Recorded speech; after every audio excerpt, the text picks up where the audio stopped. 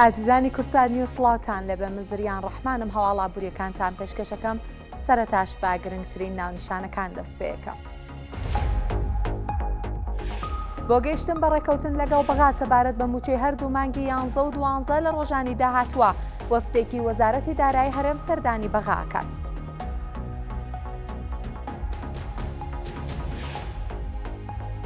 ساڵی 2025 سەدانەوە و پێنجی پلانەکانی شارەوانی سلێمانی بۆ قیرتاوکردنی شەقام و گەڕەکەکانی سلێمانی جێبەجێ کراوە زیاتر لە 205,000 مەتر دووجا قیرتاو کراوە.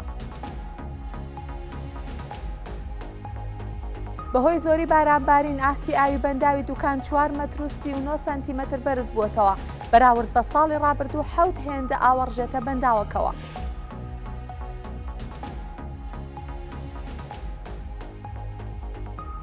ڕۆیتەرز ئەڵێت هەناردەی نەوتی ڤەنزوێلا ڕاگیراوە ترەمپی ژەڵێت کۆمپانیا نەوتی ئەمریکیەکان ژێرخانەکانی ڤەنزوێلا چاکەکەنەوە دەست دەکەن بە بەدەستخستنی داهات بۆ ئەو وڵاتە.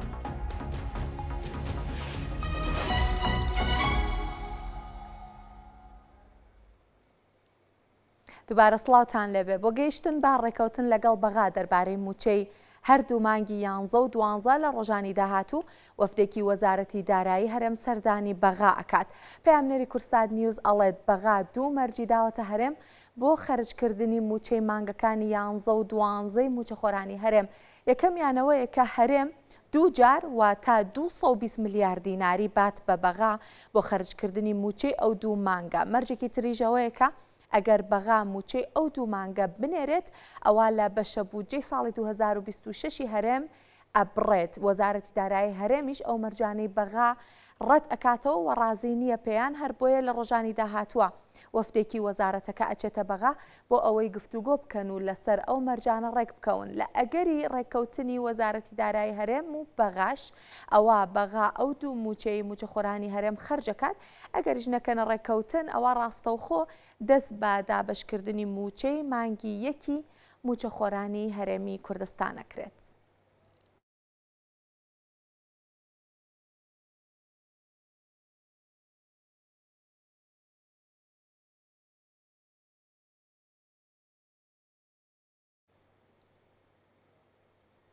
لە ساڵی 2025 بەپێی ئەو پلانی شارەوانی سلێمانی داینابوو بۆ قیرتاوکردنی شەقام و گەڕەکەکانی سلێمانی سەدانەوە و پێنجی پلانەکە و داواکاری جیاوازی هاوڵاتیانیش جێبەجێ کراوە. لە ماوەی ئەو ساڵەیە واتە ساڵی 2025 205,000 مەتر دووجا لە گەڕەک و شەقامەکان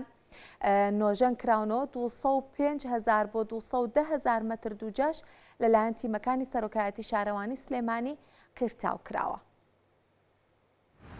لە مانگی دوی هەموو ساڵێک شارەوانی سلێمانی پلانی قیرتاو و نۆژەنکردنەوەی گەڕەک و شەقامەکانی شاردا دەڕێژێت و کاری لەسەر دەکات. لە ساڵی 2025دا لە سەدانەوە و پێنجی ئەو پلانە و داواکاری جیاوازی هاوڵاتیانیش جێبەجێ کراوە. بەتەنها لە ساڵی ڕابردوودا 205,000 مەتر دووجا لە گەڕەک و شەقامەکان نۆژەن کراوەتەوە و 205 بۆ 210,000 مەتر دووجاش قیرتاو کراوە لە لایەن تیمەکانی سەرۆکایەتی شارەوانی سلێمانیەوە. شارەوانی سلێمانی پلانێکی دانابوو بۆ قیرتاوکردنی شەقام و کۆڵانەکان هەم نۆژەنکردنەوە هەم قیرتاوکردنی شەقامی نوێ. ئێمە نزیک بە 205,000 کاری نۆژەنکردنەوەی کۆڵانمان کردووە، نزیک بە 205,000 بۆ 10,000 کاری قیرتاوی نوێمان ئەنجام ماوە، ینی 415,000 مەتر دووجا قیرتاوی ئەم ساڵ بە تیمە ڕاستەوخۆگی سەرۆکایەتی شارەوانی سلێمانی کردومانە. هاوڵاتیان قیرتاو و نۆژەنکردنەوەی شەقام و گەڕەکەکانی شار بە خزمەتگوزاریەکی باشناو دەبەن و داواش دەکەن ئەو شوێنانەی کە ماوە لە ساڵی 2026 سەرجەمیان قیرتاو بکرێت یان نۆژەن بکرێتەوە. وڵای ئەوەی کە کردوانە زۆر باشە، دەستخۆشیان لێکەین، دەستیان خۆش بێ، ماندوو بوون بەڵێ بۆ خەڵق ماندوو بوون بەس وا ماندوو بوون ئەبێ هیچ شتێک جێنێڵن لە دوای خۆیانە. داواکاریمان ئەوەیە بۆمان قیرتاوکەن و بۆمان ڕێکوپێکەن و بۆمان چاکەن و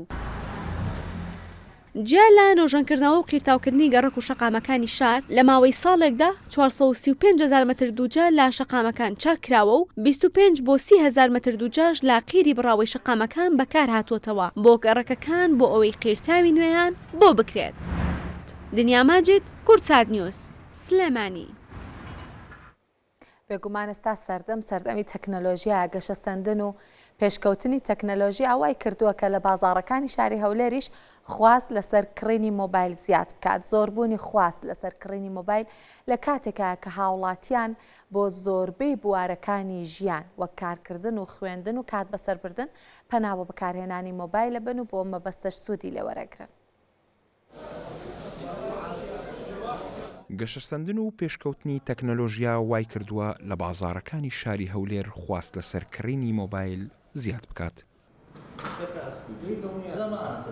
شاهۆ خاوەن بزنسی فرۆشتنی مۆبایلە، ئاماژە بە پێویستی و بەهای مۆبایلە تازەکان دەکا بۆ سەردەمی ئێستا. کڕینی مۆبایلیش خەڵک ئەوەی ئەمن دەیبینم بەشی زۆری بە پێداویستی دەیکڕی، چکە ئێستا مۆبایل بیتە بەشێک لە ئینسان کە پارەی پێدا دەکات. کەسە کە پارەی بە مۆبایل پێدا دەکات ڕۆژانە ئیشتی کڕینی فرۆشتنی هەموو لەسەر مۆبایلە، مەعاملەی ڕۆژانە لەسەر مۆبایلی حتمەن کە مۆدیلێکی نوێتر دێ مواصفاتی باشتری تێدا، سرعەتی زیاترە، پاتری باشترە. چاولەکەریشێ بەس بەشەکی کەمە، ناتوانم بڕێم بەشەکی زۆرە و هەدایە زۆرە. جیا لە مۆبایلە تازەکان بەشێک لە هاوڵاتیان بە لە بەرچاوگرتنی لایەنی تەندروستیان بە دوای ئەو جۆرە مۆبایلە کلاسیکانەدا دەگەڕێن کە لەلایەن پزیشکانەوە پەسەند کراون و کاریگەریە خراپەکانیان لەسەر تەندروستی کەمترن. ئێستا 8,100 مانی سکە مەقسەد ئەوانە ڕەواجی زۆر لەسەرە، شتی باش دەکرێت بە 800 دلاری مستعمل، بە نوێتیشی ئێستا هەیە بە 2200 دلاری هەیە. ئەوە توبیە جێت پێنایشی و لۆکیشنشی بزرە بەخۆی دەگەڕێتەوە سە مەعاش بەڕاستەکە ئەو ڕۆژ ئەو هەفتەی مەعاش تەوزێ دەکرێت بازار جوولەش دەکەوتی خەڵک دێتە بازاڕی. بەس ئەگەر مەعاش هەنەبوو ئیشەکارە هەیە بایاندی خەرک موبایلی دەکرێت دەفرۆشی، ئەوزە هەیە موبایلیش گران بەهای پێ ئیشی بەپارەیە دەفرۆشی موبایلش هێرزان دەکڕی، هەیە موبایلی باش پێ موبایلش کۆنی پێ موبایلش گران بەها دەکرێتن. لە هەولێرە ڕۆژانە ملیۆنێک دلار سەرفی موبایلی هەیە، ملیۆنێک دلار سەرفی دەڕوا موبایل بە سامسونگ و بە ئەندروید و بە ئەپڵی. زۆربوونی خواست لەسەر کڕینی مۆبایل لە کاتێکدایە کە هاوڵاتیان بۆ زۆربەی بوارەکانی ژیان وەک کارکردن و خوێندن و کات بەسەربردن پەنا بۆ بەکارهێنانی مۆبایل دەبن و بۆ ئەم مەبەستانە سوودی لێوەردەگرن.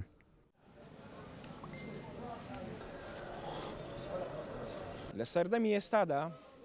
بەکارهێنانی مۆبایل بۆتە بەشێکی زیانەکراوە لە ژیانی ڕۆژانەی هەر تاکێکی کۆمەڵگا. زۆری خواستیش لەسەر کڕینی نیشانەیەوەیە کە هاوڵاتیان بۆ زۆرینەی کاروبارەکانی ڕۆژانەیان پشت بە تەکنەلۆژیای زانیاری دەبەستن. ڕامان مستەفا کورسات نیوز، هەولێر. بەهۆی زۆری بارانبارین ئاستی بەنداوی دووکان 4 مەتر و 39 سانتیمتر بەرز بووەتەوە. بەراورد بە ساڵی ڕابردوو 7 هێندە ئاو ئەڕژێتە بەنداوی دووکانەوە، بەڵام بەهۆی کەمی ئاو لە بەنداوەکە بەرهەمێنانی کارەباوەکو پێویست نییە و بەنداوی دووکان لە ساڵی 1959 دروست کراوە. توانای گلدانەوەی 7 ملیار مەتر سێجا ئاوی هەیە. وێستگەی کارەباکەشی توانای بەرهەمهێنانی 400 مێگاوات کارەبای هەیە.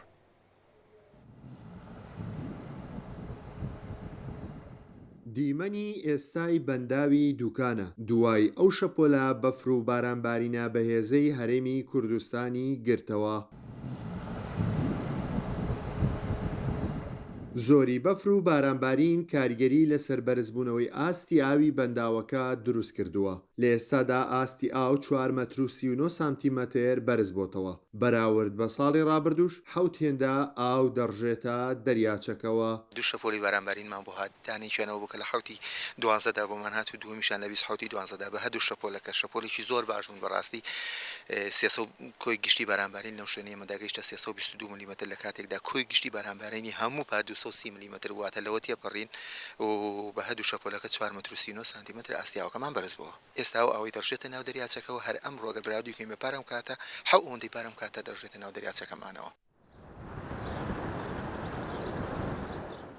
سەرڕای بەرزبوونەوەی ئاستی ئاو بەرهەمێنانی کارەبا لە وێزگەی کارۆئاوی بەنداوەکە وەک پێویست نییە. لە 24 سەعاتدا نزیکەی 5 سەعات یەک تۆرباین کار دەکات و 35 بۆ 40 مێگاوات کارەبا بەرهەم دەهێنێ. وە خۆتان دەزانن ساڵی پار ساڵێکی وشکە ساڵی زۆر سەخت بوو. ئاستی ئاو بەڕژەیەکی زۆر دابەزیوە بۆ ئاستێکی زۆر نائاسایی بۆیە ئەو سەرکەوتنەوەی ئێستا وەکو بڕی ئاوەکە بڕێکی باشە بەڵام هێشتا کاریگەری ئەوەی نییە تۆ بڵێ من دەتوانم لەمە دوش بەپێ ئەو پرۆگرامێک دابنێم بە ئارزوی خۆم کارەبا پێبەرهەم بێنم بۆیە تا ئێستا بەڕێوەراتی بەندا و وەزارەتی کشتتوکاڵ زیاتر هەر پابندن بە کۆکردنەوەی ئاو بۆیە لەم ڕوانگەیەوە تا ئێستا تۆربین بە شێوەیەکی ڕاستەخۆی ئیش پێ نەکراوەتەوە بڕین بە بەردەوامیش بکە ئێستا ئێمە تۆربانی ئیش پێ دەکەین شەوانە تقریبا 5 سەعات ئیش دەکات بە نزیکەی 35 بە 40 مێگاوات کارەبا بەرهەمدێنین. بەنداوی دوکان گەورەترین بەنداوی هەرێمی کوردستانە لە ساڵی 1959 دروست کراوە. توانای گلدانەوەی 7 ملیار مەتر سێجا ئاوی هەیە. وێزگەی کارەباکەشی توانای بەرهەمێنانی 400 مێگاوات کارەبای هەیە. خالید ئەحمەد کورساد نیوز قەزای دوکان. لێرەیە باسێکی بەهای دراوەکانتان بۆکەم دواتریش لەگەڵ میوانێک بە وردی باسی دینارەکەین بزانەکەین دینار بۆچی ماوەی زیاتر لە هەفتەیەکە تقریبەن دابەزی و بەرامبەر بە دۆلار باسێکی تمەنیشەکەین بەڵام ئەمڕۆ لە بازاڕەکانی هەرێمی کوردستان $100 بە 144,450 دینار مامەڵی پێوەکرا 100 پاوەند بە 190,000 دینار 100 یۆرۆ بە 167,250 دینار بوو لە کاتی داخستنی بازاڕا بێگومان سەبارەت بە تمەن بە هەمان شێوەی ماوەی ڕابردوو تمەن بارودۆخی خراپە $100 بە 13,780,000 تمەن بوو هێشتا تۆزێکیش بەرز بۆ تۆ لەوەش خراپتر بوو ماوەی هەفتەی ڕابردوو 1 ملیۆن لیرەی سووری بە 98,000 دینار و 100 لیرەی تورکی بە 4,180 دینار لە بازاڕەکانی هەرێمی کوردستان مامەڵەی پێوەکرامە کۆتا زانیاریمان بوو دەربارەی بەهای دراوەکان من مردەکاری زیاتر باس ناکەم لە بەرەوەیکەوە گوتم هەر لە هەواڵەکانی ئەمڕە لەگەڵ میوانێکی شارەزا زیاتر باسیەم بابەتاکەین زیاتر باسی بارودۆخی دینار و هەروەها تمەنەکەین بابزانێکین بەرامبەر بە دۆلار بۆچی بارودۆخیانەوە هەرچەند ناتوانین بڵین کە زۆریش خراپە دینار بەڵامی تر بەراورد بە ماوەی ڕابردوو کە بارودۆخێکی باش سقامگیری هەبوو لێستا بەرامبەر بە دۆلار دابەزینی تۆمار کردووە لە میوانەکەمان هۆکارەکانی پرسین و پێشبینیەکانیشی بۆ داهاتوە پرسینەمە کۆتا زانیاریمان بوو لەم بارەیەوە بەڵام دەربارەی ئەوەی کە دەربارەی دینار و تمەن هەیە هەروەکو بۆشم باسکردن ماوەی چەند ڕۆژێکە نرخی دیناری عراقی و تمەنی ئێرانی بەرامبەر بە دۆلار دابەزیوە هەرکەس لێکدانەوە پێشبینی جیاوازی هەیە بەڵام وتەبێژی بازاڕی دۆلار فرۆشانی هەولێر هۆکارەکەی بۆ ئەو دۆخە نەخوازراوە ئەگەڕێتەوە کە لە ماوەی ڕابردووە لە ئێران و عێراق هەبووە ئەوەڵە دۆخی نەخوازرا و لەو دوو وڵاتە ڕوویداوە و هەروەها باسی بارودۆخی ڤەنزوێلا شەکات لە چەند ڕۆژی ڕابردووە.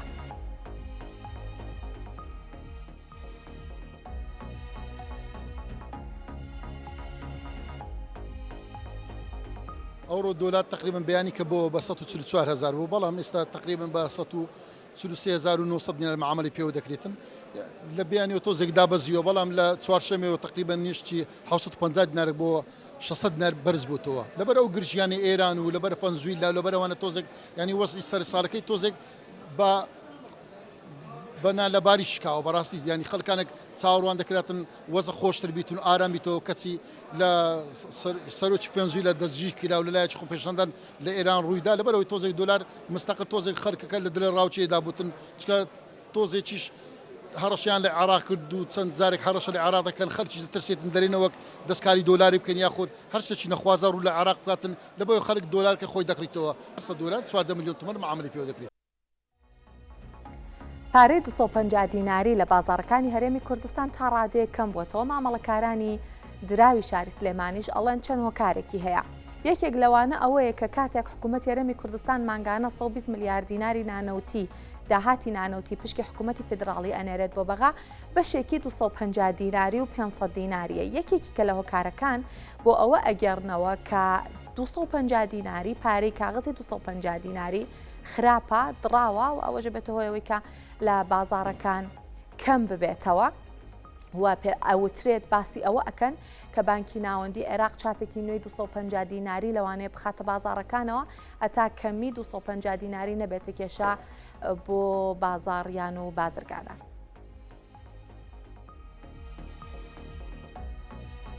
کارەکەی وێ زبرەی زۆرە لە بازاڕە ئەو پارە بە ملیار لێرە ئێستا ملیار و 2 ملیار و 3 ملیار و 10 ملیار خەڵک تعامل بە 50 و 25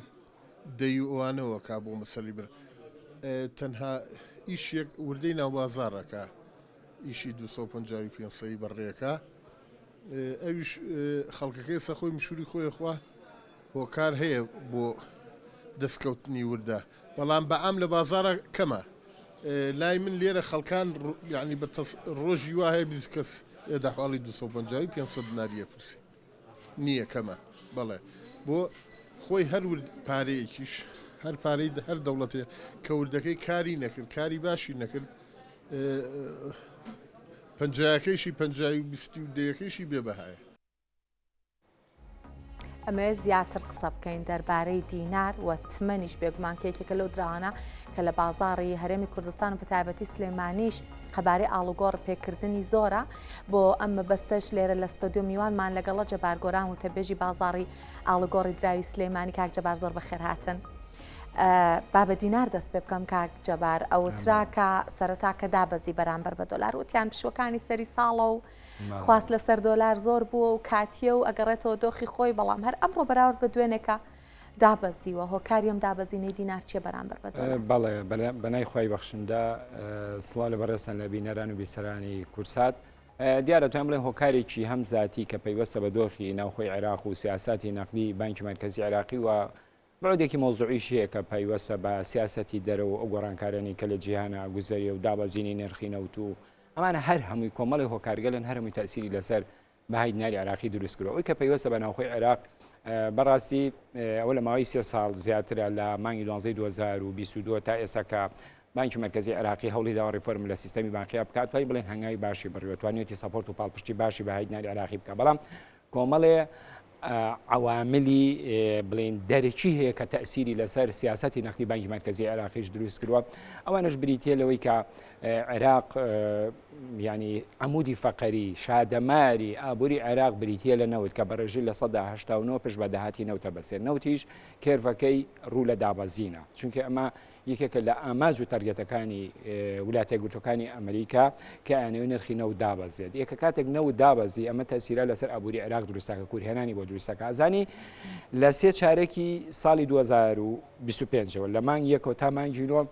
عێراق 9 تریلیۆن و 976 ملیار دینار خەرجی هەبووە نەفەقاتی هەبووە بەڵام کۆی داهاتەکانی کە نەوتە و نەوتیشی لە ڕگای کۆمپانیای سۆمەوە فرۆشتووە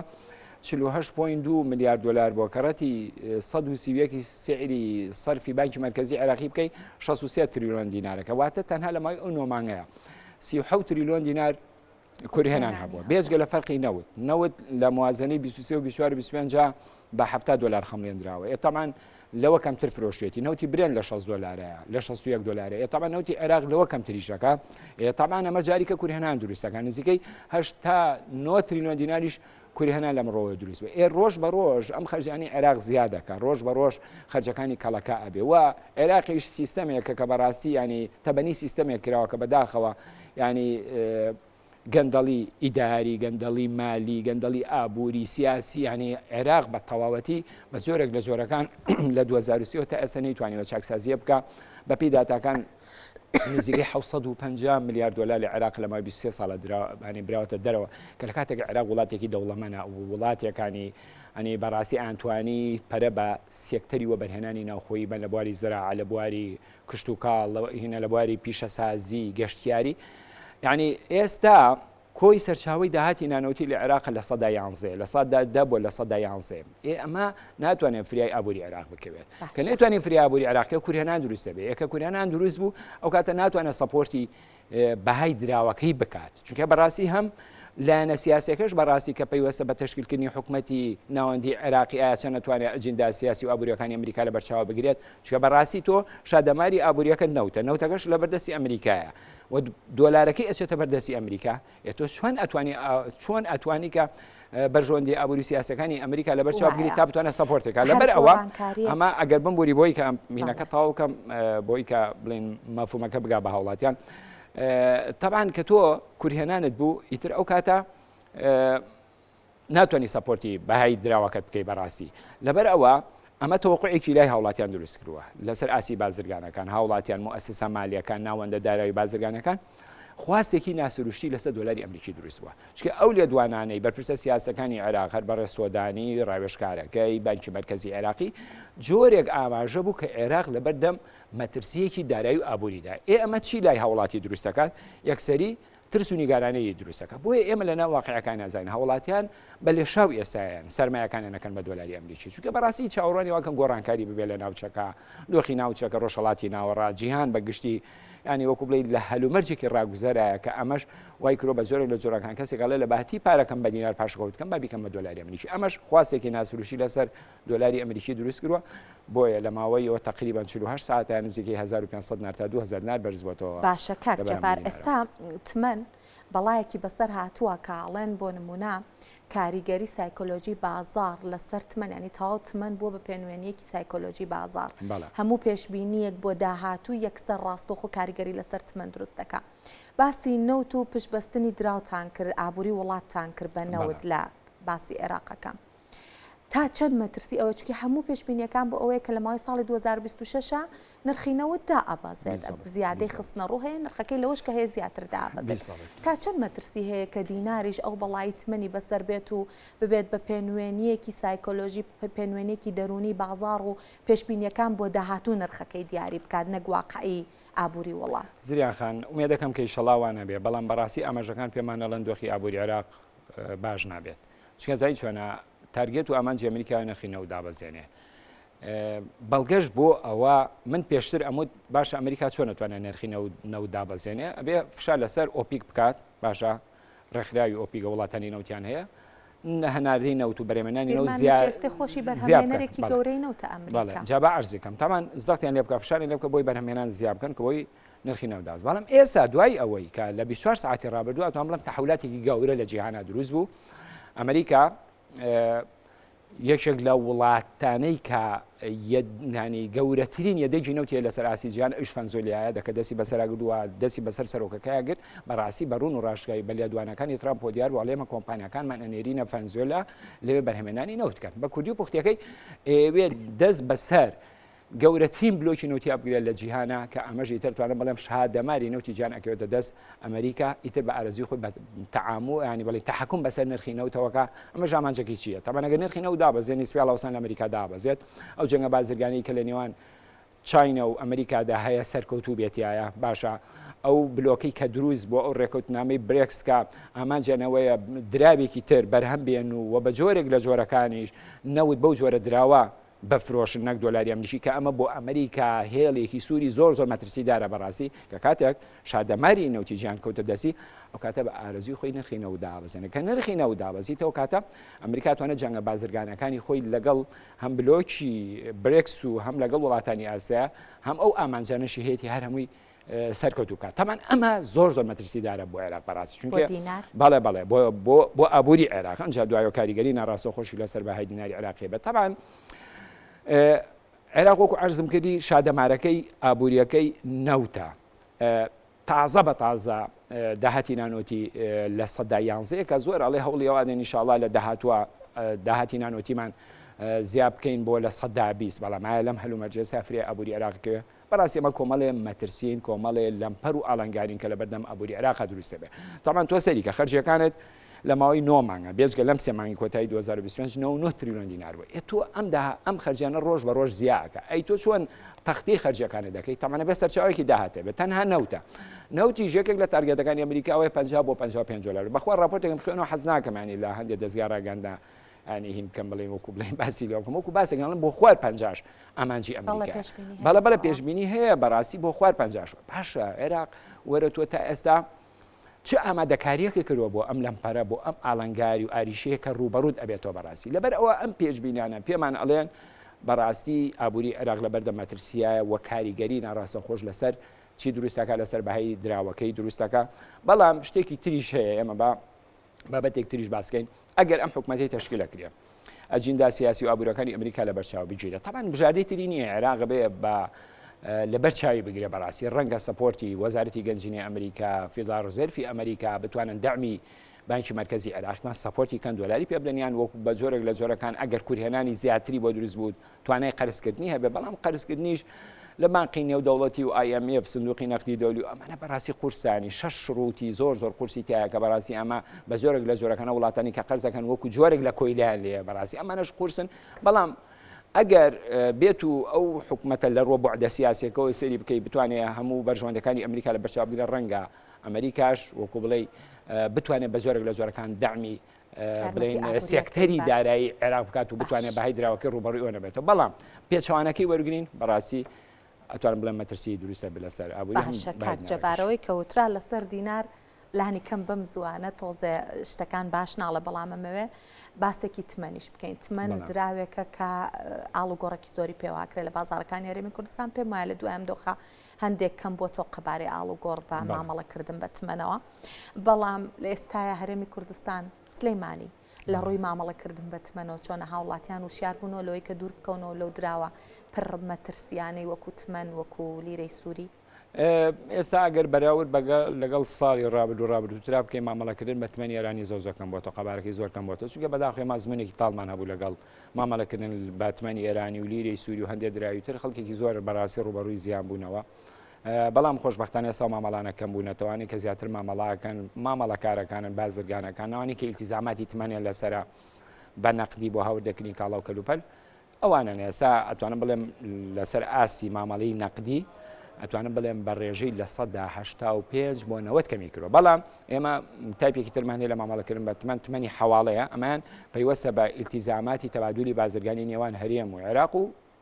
جمهوری ئیسلامی ئێران طبعا ئەمە هەر بەردەوامە ئەمە هیچ کاریگەریەکی نێت تۆ بەڕێز وەکو بازرگانی لە ئێران کاڵا هەوردەی هەرێمی کوردستانەکەی لە مقابلە بێت تمەن ڕەوانە بکەیتەوە تمەن حواڵە بکەیتەوە بۆ ئێران ڕۆژان نرخی بازار چەند بێت تمەنەکە ئەکریت و تەحویلەکەیتەوە بۆ ئێران بۆ التیزاماتی بازرگانی خۆ ئەمان هیچ کاریگەریەکی نەرێنی لەسەر زیانی ناو بازارەکان دروست ناکات چونکە ئەمە پەیوەستە بە عملی بازرگانی نێوان هەرێمی کوردستان و عێراق و ئێران باشە ئیتر ئەمەیە بەڵام وەکۆی مامەڵەکان کەمی کردووە بەڕاستی سپاس جەبار گۆران وتەبێژی بازاری ئاڵ و گۆڕی دراوی سلێمانی کە لەگەڵ مامۆ زانیاری زۆر باش و زۆر پوختمان لێ وەرگرتن سپاس کە لەگەڵمان ئامادە زێڕ یەکێک لا پرسە گرنگەکانی ئابووری جیهان بوو لە ماوەی ساڵی ڕابردووە لەگەڵ دەستپێکردنی ساڵی نوێش دامەزراوە ئابوووریەکان و ئابووری ناسان و لێکۆڵەران شیکاری و پێشبینی نوێ بۆ نرخەکەی ئەخەنەڕوو هەندێک لە ئابووری ناسان پێیان وایە لە ساڵی 2026 بەرزبوونەوەی نرخی زێڕ خاو ئەبێتەوە بەڵام بەشی هەرە زۆریان هاوڕان لەسەرەوەی کە دیسانەوە ئاستی پێوانەی نوێ تۆمارەکە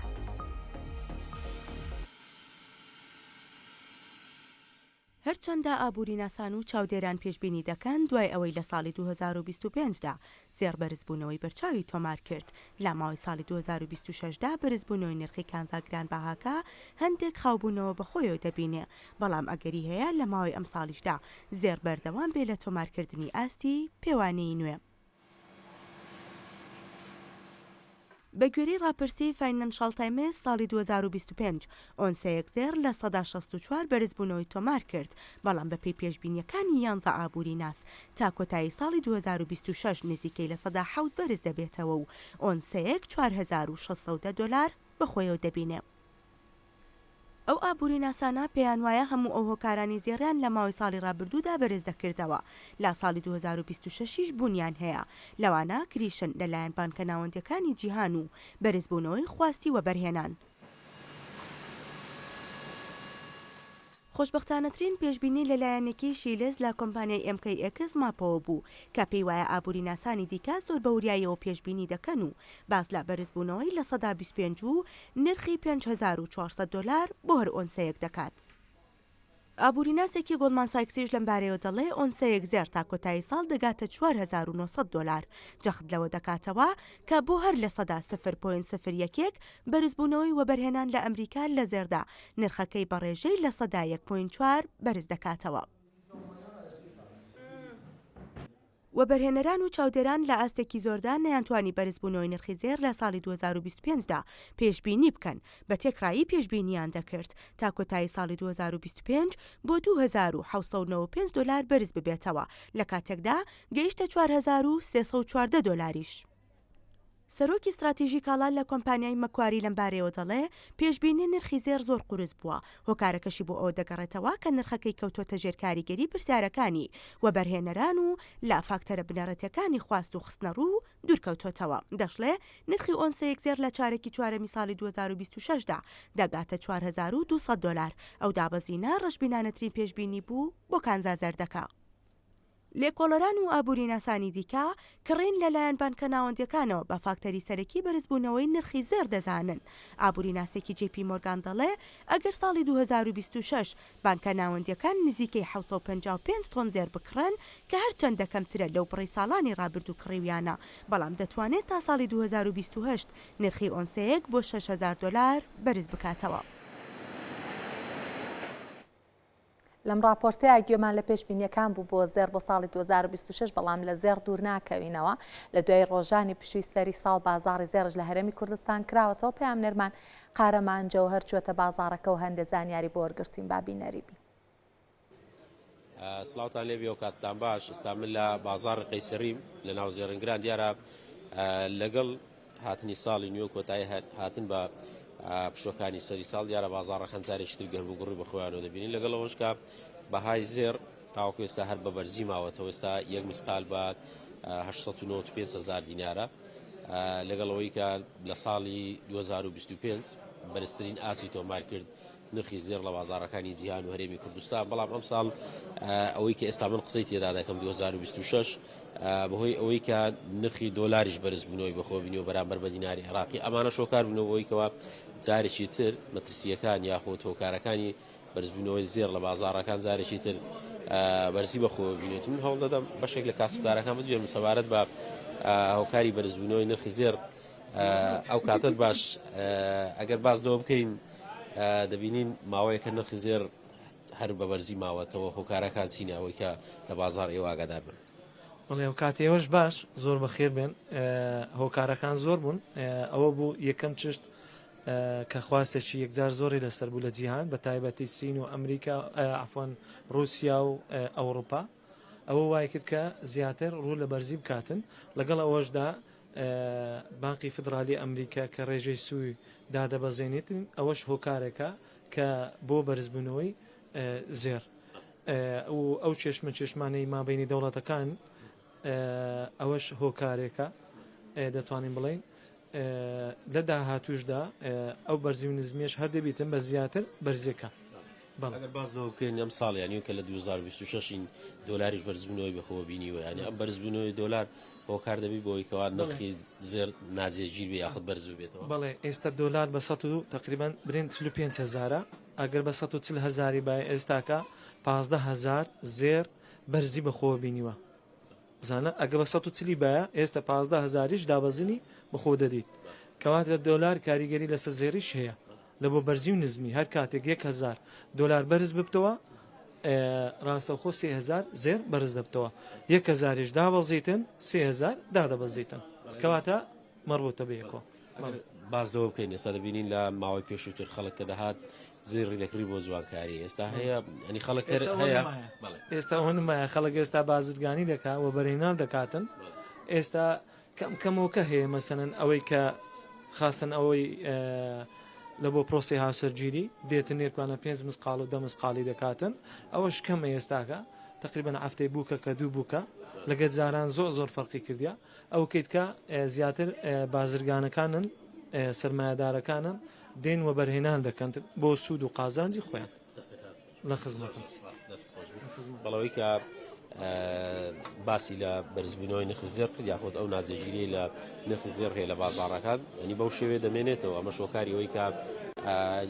ئاڵۆزیەکانی نێودەوڵەتی نێوان وڵاتان و زۆری خواستی وڵاتان لەسەرکردنی زێر ئەمانە هۆکارن لەگەڵەوەش ئەو ناجێگیری بەهای دینار بەرامبەر بە دۆلاری ئەمریکی بە هەماشەوە ئەمانە شۆکار بۆ ئەوەی کەوا جارێکی تر نرخی زێر لە بازاڕەکان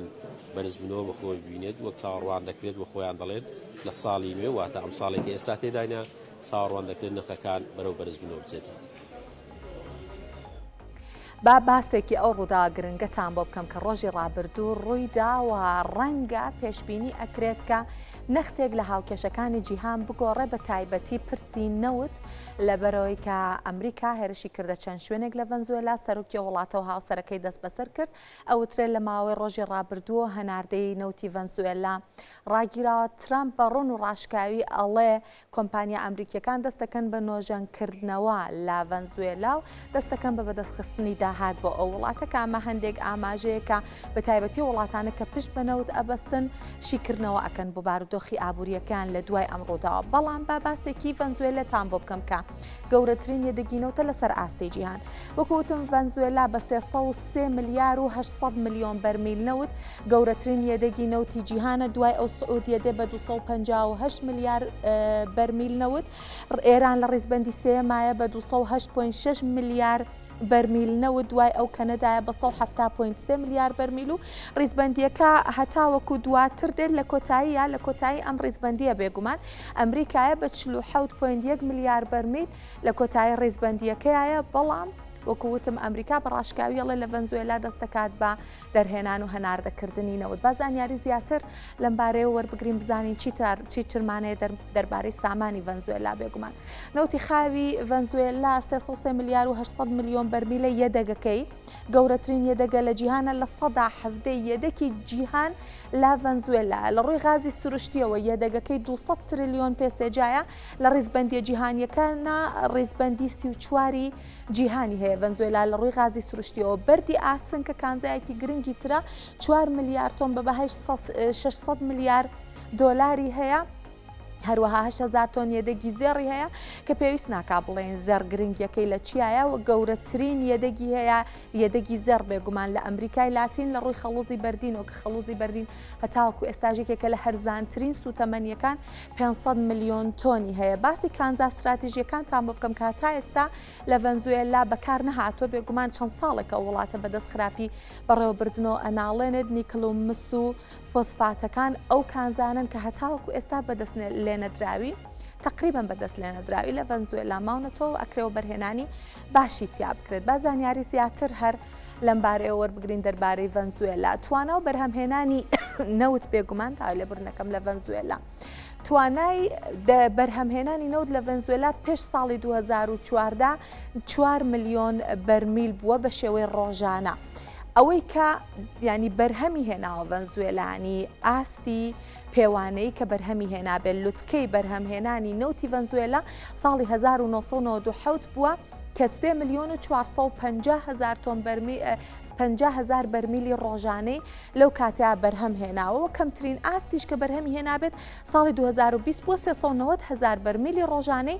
بەرهەم هێناوە با بزانین چی ترمان هەیە هەل لەم بارەیەوە باسی ئەم ساڵانی دوای بکەین بزانین بەرهەمهێنانی نەوت لە ڤەنزوێلا بە شێوەیەک بۆ ساڵی 2023 ڕۆژانە 783,000 بەرمیل بەرهەم هاتووە ساڵی 2024 بۆ 952,000 بەرمیل زیادی کردووە سەرەتاکانی ساڵی 2025 بە تایبەتی لەبەرەوەی کە فێر ببوون چۆن خۆیان لە سزاکانی ئەمریکا بدزنەوە 1 ملیۆن بەرمیلی ڕۆژانە هەناردە ئەکرات تقریبا و کۆتایی ساڵی 2025 بە دیاریکراوی مانگی 11 ساڵی 2025 نزیکەی 1 ملیۆن و 140,000 بەرمیلی ڕۆژانە بەرهەمە هات لە ڤەنزوێلا با زانیاری زیاتر دەربارەی هەناردەکەی وەربگرین بزانین هەناردە لە وڵاتە بە شێوەیەک بووە ئەم چارتە کە وەرمانگرتووە چارتی ئۆپیکە داتاکانی ئۆپیکە تێکڕای ساڵی 2024 بە تێکڕایی ڕۆژانە 805,000 بەرمیلی هەناردە کردووە بەراورد بە ساڵی 2023 115 بەرز بووەتەوە زۆرترین بڕێکیش کە ساڵی 2025 ڤەنزوێلا هەناردەی کردبێ 900,000 بەرمیلی ڕۆژانە بووە سەیرێکیم چارتەش بکەینە بینین کە لە نێوان ساڵانی 2013 بۆ 2024 بەردەوام هەناردەی نەوتی ڤەنزوێلا دابەزی و ئەگەڕێتەوە بۆ خراپی ژێرخانەکان کۆمبوونی ژێرخانەکان نەبوونی هێزی کاری پسپۆر خراپی بەڕێوەبردن و هەروەها ئەو سزایانە کە ئەمریکا بە سەرکەرتی نەوتی وڵاتەیە سەپاندوێتی با زانیاری زیاتر لەم بارەیەوە وەربگرین بزانین چیمان هەیە بەڵێ کڕیاران سەدا هەشتای نەوتی ڤەنزوێلا بەچی نەفرۆشرێت بڕێکی کەمی نەوت و بەرهەمە نەوتەکانیشی بە ئەمریکا و کوبا و ئەوروپا ئەفرۆشرێت داهاتی نەوتی وڵاتە ساڵی 2024 7 ملیار و 500 ملیۆن دۆلار بووە گەورەترین یەدەگی نەوتە بەڵام داهاتەکەی ئەوەندە بەرچاو نیە بە چاو یەدەگەکە هەیەی پشکی نەوتیش لە هەناردا بە پێی ساڵەکان کەمی کردو بە بەردەوامی 1970 داهاتی وڵاتە نەوت بووە 2020 بۆ 170 و 2023 بۆ 153 کەمی کردووە بچینە لای زانیاریەکانی ترمان بەڵێ ئاسەنگەکانی کەرتی نەوتیش لە وڵاتە یەکەمیانەوەی ژێرخانەکانی کۆنن و بەرهێنانی تیان نەکراوەوە نۆژەن نەکراوەوە کە ئەمریکا ئەڵێمە کۆمپانیانەوتیا ئەمریکەکان بەتەمان بیکەن نەبوونی سەرمایە بابەتێکی ترە لە بەرەوەی وە بەرهێنەری دەرەکی ڕووی نەکردووەتە وڵاتە هێزی کاری پسپۆڕژ لە وڵاتە بە زۆری چووەتە دەرەوە تووشی قەیران بووە لەو بارەوە جۆری نەوت و تێچووەکانیشی بابەتێکی ترە لە بەرەوەی نەوتی لە ڤەنزوێلا هەیە نەوتی زۆر قورسە و پێویستی بە تێچووێکی زۆر هەیە بۆ دەرهێنانی ئەو نەوتە و هەروەها هەناردەکردنی شێمە کۆی زانیاریەکانمان بوو دەربارەی کەرتی نەوتی ڤەنزوێلا کە ڕۆژی ڕابردوو ڕوبەڕووی ئەو ڕوودا بووە کە بۆم باسکردن و ئەمریکاڵی کۆمپانیا نەوتی ئەمریکیەکان بەنیازم بچنە ئەو وڵاتە و دەست بکەنەوە بە دەرهێنان و هەناردەکردنەوەی نەوت بەڵام ئەمەوێ قسەی زیاتر بکەم لەم بارەیەوە باسی کاریگەریەکانی ئەم ڕووداوە بکەم بزانین لەسەر بازاڕی جیهان بازاڕی نەوتی جیهان چ کاریگەریەک دروستەکە بۆ مەبەستە شەهریار شێخلەر شارەزای وزە لە هەولێرەوە لەگەڵمانە سڵاو لەبێ کاک شەهریار سەرەتامێ بۆ دەست پێ بکەم کە پێگەی نەوتی ڤەنزوێلا لەسەر ئاستی جیهان چییە و ڤەنزوێلای ئێستا لە ئۆپیکا چ پێگەیەکی هەیە؟ زۆر سپاس هەر بۆ جۆری کە باسان کرد ڤەنزوێلا بە زیاتر لە 300 میلیارد بەرمیل نەوتی خەمڵێنراو بە پێی کۆتا هەڵسەنگاندنەکان گەورەترین خاوەنی گەورەترین یەدەکی نەوتە لە نێو هەموو وڵاتانی جیهاندا ڤەنزوێلا لەسەر پشتوێنەیەک کەوتووە بە ناوی ئۆرینۆکۆ کە بە پێی خەمڵاندنی سندیکای جیۆلۆجی ئەمریکا لە ساڵی 2009 ئەو پشتوێنەیە لە نێوانی 1000 بۆ 1400 میلیارد بەرمیل نەوتی لە خۆ گرتووە هەمووی ئەو نەوتە ناکەوێتە ناو حدودی ڤەنزوێلاوە بەڵام ڤەنزوێلا کەوتوتە ناو حدودەوە لە بەخاتیەوە پێشبینی دەکرێتکە یەدەکی نەوتی ڤەنزوێلا تەنانەت لەو 300 میلیارد بەرمیلەی کە ئێستا باسی دەکردرێ زۆر زیاتر بێ ئەگەر باسی ئەو پشتوێنەیە بکەین بە پێی نەوتی هەر ئێستا سێری ئێستا زیاتر لە 60,000 میلیارد دۆلار یعنی 6 تریلیۆن دۆلار نرخی هەیە و ئەگەر تەنانەت 10% بۆ 20% ئەو نەوتەش بکردرێ بە تەکنۆلۆژی ئێستا دەربهێنرێت و بفرۆشترێ لە نێوانی 7,000 بۆ 14,000 میلیارد دۆلار دەتوانێت ئەرزشی هەبێت لەبەر خاتی ئەوە ڤەنزوێلا لە ڕووی یەدەکی نەوت و لە ڕووی پێگەی نەوتەوە وڵاتێکی زۆر زۆر گرینگە بە پێچەوانەی ئەوەی کە ئێستا بەهۆی خراپ بەڕێوەبردن بەهۆی کۆمبوونی ئەو تەکنۆلۆژی و ئەو ژێرخانانەی کە لەوێ بەکاردەهێنرێت ناتوانێت بە پێی پێویست لە بازارەکانی جیهاندا ڕۆڵ بجێڕی باشە کاک شەهریار ئەمە لایەکی بەڵێ کاک شەهریار لە ماوەی ڕۆژی ڕابردووەوە ئەوەترێت کە هەناردەی نەوتی ڤەنزوێلا ڕاگیراوە هەرچەند بە پێی وتەکانی ترەمپ ئەم ڕاگیرانە زۆر درێژخایەنیش نابێ بەڵام بازاڕە جیهانیەکان داخراون پێتان وایە ئەم ڕاگیرانە کاتیە ئەگەر کاتی بێت کاریگەری لەسەر نرخی نەوتەکە لە بازاڕەکانی جیهانە؟ من پێم وانییە کاریگەریەکی وا بکات کە ببێتە هۆی ئەوەی کە نرخینەوە لە بازارەکانی جیهاندا بەرز ببێتەوە چون ڤەنزوێلا هەناردەکارێکی گەورەی نەوت نییە ئێستا خاوەنی یەدەکێکی گەورەیە ئەو دوانە من پێم وایە لەگەڵ یەکتی جیاوازیان زۆرە تەنانەت لەوانەیە ببێتە هۆی ئەوەی کە نرخی نەوت داببەزێ بە حکمی ئەوەی کە بازار ئەو هەڵسەنگاندنە دەکات کە ڤەنزوێلا لێرە بەم لاوە ئەگەری ئەوە هەیە کە بتوانێت هەناردەکردنی نەوتی لە ماوەیەکی هەرچەند کەمیشدا نەبێت بەڵام بەرز بکاتەوە و ڕۆڵێکی بەهێزتر لە بازارەکانی جیهاندا بجێڕێت و ئەو زیادەیە کە ئێستا نەوت دەخرێتە ناو بازارەکانی جیهانەوە بەرامبەر بە خواستێک کە هەیە ئەو بۆش ئەو فاسیلەیەت زیاتر بکاتەوە مەودایە زیاتر بکە لە بەخاتیەوە من پێم وانییە کە دەستگرتن بەسەر نەوتی ڤەنزوێلا ڕاگررتنی نەوتی ڤەنزوێلا حتا بۆ ماوەیەکی کورت یان تەنانە تۆزێک درێژتریش بتوانێت ببێتە هۆی ئەوەی کە لە بازارەکانی جیهاندا شۆکێک ساز بکە چون ڤەنزوێلا ئێستا یاریزانێک یان یاریکەرێکی گرنگ نییە لە بازاری نەوتدا بەڵام توانای ئەوەی هەیە کە ئەگەر بتوانێ ئاستی کەرتی نەوت و گازی خۆی ببوژێنێتەوە لە داهاتوودا ئەو ڕۆڵە وەربگرێتەوە جارێکی دیکە. باشە کاک شەهریار خۆی نەوت هی ئەوە نییە بڵێن سوودی چییە بۆ فلانە وڵات لە بەرەوەی کە خۆمانەزانین زێڕێ ڕەشە. بەڵام بە دیاریکراوی بۆ ئەمریکا سوودی نەوتی ڤەنزوێلا چ سوودێک یعنی چ سوودێک بە ئەمریکا ئەگەیەنێت ئەمریکایەوێ لە ڕێگەی ئەم نەوتەوە چه ئامانجێک بپێکێک کە هەر دەست بەجێوتی دەست دەکەین بە چاکسازی لە کەرتی نەوتی ئەو وڵاتە. هەر بەو جۆری کە باس کرا هەم لە ڤیدۆڕۆڵەکەی جەنابتدا هەم لە قسەکانی مندا ڤەنزوێلا خاوەنی گەورەترین یەدەکی نەوتی جیهانە و ئەمریکاش وڵاتێکی پیشەسازیە کە پێویستی بە نەوت هەیە. لە سەرەتادا ڤێنزوێلا دەتوانێت وەکو دابینکارێکی نەوت بۆ بازارەکانی ئەمریکا یان بۆ بازارەکانی وڵاتانی ڕۆژئاوایی لە ئەوروپا ڕۆڵێکی گرنگ بجێڕێ. لە ئاستی دووەمدا کۆمپانیا نەوتیەکانی ئەمریکا کە لە 2000ەکاندا لە ڤەنزوێلا دەرکراون و ژێرخانی نەوتی ڤەنزوێلایان ئەمان داڕشت بوو دەتوانن جارێکی دیکە بگەڕێنەوە و ئەزمونێکی نوێ لە ڤەنزوێلا هەم کۆمپانیا ئەمریکیەکان هەم کۆمپانیا ڕۆژئاواییەکان بتوانن بجێڕن و ڕۆڵێکی گەورە و داهاتێکی گەورە بۆ خۆیان مسۆگەر بکەن. لە ئاستێکی دیکەدا کە دەگەڕێتەوە بۆ ئاسایشی وزەی جیهانی هەبوونی ڤەنزوێلایەکی بەهێز هەبوونی ڤەنزوێلایەک بە بەرهەمێکی نەوتی گەورە دەتوانێت ڕۆڵ بجێڕێت لە دابینکردنی ئاسایشی وزەی جیهانی و ئەوە دەتوانێت دەستی ئەمریکا و دەستی وڵاتانی ئەوروپی زیاتر ئاواڵە بکات بەرامبەر بە وڵاتانێکی وەکو رووسیا وەکو ئێران و تەنانەت وەکو عێراق کە ئەگەر بە پێی پلانەکانی ئاسایشی وزەی جیهانی یان بە پێی پلانەکانی نەزمی جیهانی نەنجوڵێنەوە. لە ئاستێکی دیکەدا هەر بۆ جۆرەی کە باستان کرد سەرەکیترین کڕیاری نەوتی ڤەنزوێلا وڵاتی چینە و ئێستا دەزانین کە چێبڕچەیەکی قوڵی دارایی و ئابووری لە نێوان چین و ئەمریکادا هەیە. بە دەستگرتن بەسەر نەوتی ڤەنزوێلا و ئاراستەکردنی هەناردەکردنی نەوتی ڤەنزوێلا تەنانەت ئەگەر نەوتی ڤەنزوێلا بەردەوام بێت لە چوونی بۆ چین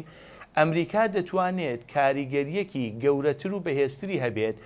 لەسەر سەرچاوەکانی وزەی وڵاتی چین کە وەکو ڕکابەرێکی ئەوە لە بازارەکانی جیهاندا. واتە من پێم وایە هەیە ئەمریکا لە هەر 4-5